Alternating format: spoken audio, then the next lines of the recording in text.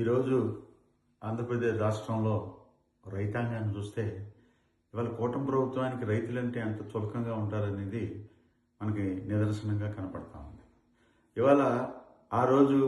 ఇవాళ మనం ధాన్యం హార్వెస్ట్ జరుగుతూ ఉంటే డీజిల్ కొరత సృష్టించి మళ్ళీ 10 రూపాయలు 15 రూపాయలు పెంచడానికి ఒక సిస్టమ్ తయారు చేశారు.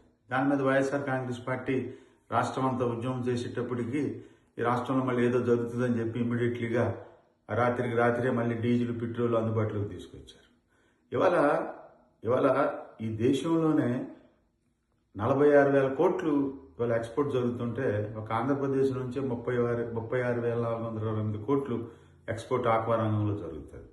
దీన్ని దృష్టిలో పెంచుకుని ఆనాటి ముఖ్యమంత్రి వైఎస్ జగన్మోహన్ రెడ్డి గారు ఆక్వాకల్చర్ డెవలప్మెంట్ అథారిటీ అనేది పెట్టి ఒక సిస్టమ్ని తయారు చేశారు రాష్ట్రంలో ఆక్వాకల్చర్లో.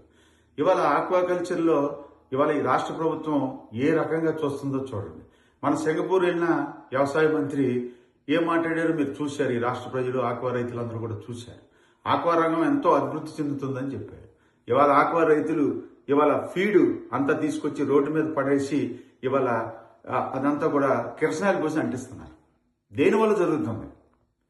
దేనివల్ల ఇదంతా జరుగుతుందంటే మీ అసమ్మత పాలన వల్ల జరుగుతుంది.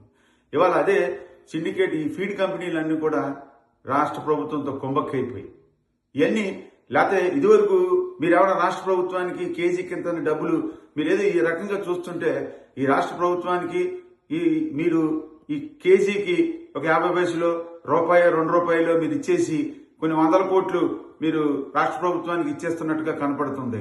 ఆ విషయమై మీరు మాటకోసారి రేట్లు పెంచుతున్నారు. ఇవాళ 10 రూపాయలు 11, 15 రూపాయలు పెంచారు. మీరు అదే ఇదివరకు సుంకాలు తగ్గించారు.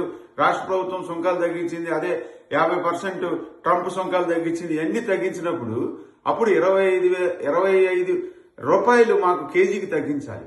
అంటే సుమారు టన్నుకి 25,000 రూపాయలు తగ్గించవలసిన పరిస్థితిలో కేజీకి మీరు ఎంత తగ్గించారు? 4 రూపాయలు తగ్గించారు. మళ్ళీ ఇవాళ అయ్యో రేట్లు పెరుగుతున్నాయి, ఏదైతే ఈ రేట్లు పెరుగుతున్నాయనేటువంటి ఉద్దేశంతో ఇవాళ మళ్ళీ 15 రూపాయలు పెంచారు. ఈ రకంగా మీరు ఆక్వా రంగాన్ని తొంగలో కంకే కార్యక్రమం చేస్తున్నారు.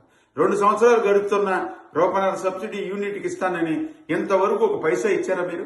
ఇవాళ రాష్ట్రంలో ఆనాడు జగన్మోహన్ రెడ్డి గారు ఉన్నప్పుడు 64,000 కనెక్షన్స్ ఉంటే 50,800 కనెక్షన్స్ ఆక్వా జోన్ల పరిధిలోకి తీసుకొచ్చి 5 సంవత్సరాలు కూడా 3,640 కోట్లు ఇస్తే మీరు 50,800 కనెక్షన్ల పైన ఒక్క కనెక్షన్ ఇచ్చారా? చూపించండి.